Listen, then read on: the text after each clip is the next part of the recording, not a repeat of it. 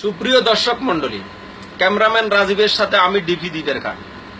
শুরুতে আমি বলবো, হে খোদা ওসুত্তুন একটা রশি পালা আমারে উঠাইয়ে নিয়ে যাও। মাডিয়া সুলের মতো স্যারা তারা নাকি প্রবাসীর বিরুদ্ধে কথা বলে। এরে তোরা কি বিয়ে বইবি আমাদের কাছে? আমরা প্রবাসী আলারা তো এরশাদের আমল থেকে এই স্যারার মেয়েদেরকে বিয়ে করা বন্ধ করে দিচ্ছি। আমার 2টা দিন ঘুম নাই, নিন নাই, আমি বহুত টেনশন আছি যে এ স্যারার মেয়েগুলা আমি আরো কোথায় দেখছি বহুত চিন্তা করার পরে পরবর্তীতে মনে হইলো গ্রামের টুকরি দিক গোবর টোয়া যায় সেম হেগুনের সেরা তোকে সেরা সেম।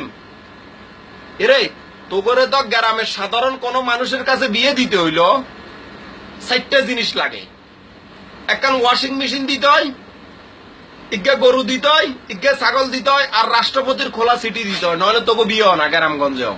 আর তোরা কর প্রবাসীরা তো তোকে বিয়ে করতে না, কারণ প্রবাসীরা কারো যৌতুক বিয়ে করে না, আর তোকে যৌতুক ছাড়া বিয়ে দেন জানা, রাষ্ট্রপতির সিটি ছাড়া তোকে বিয়ে হয় না।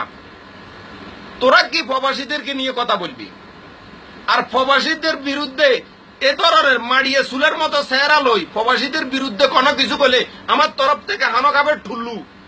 মনে রাখবি, প্রবাসীদেরকে নিয়ে কোন খারাপ মন্তব্য করার আগে চিন্তা করবি যে তোর বংশের কেউ প্রবাসে আছে কিনা।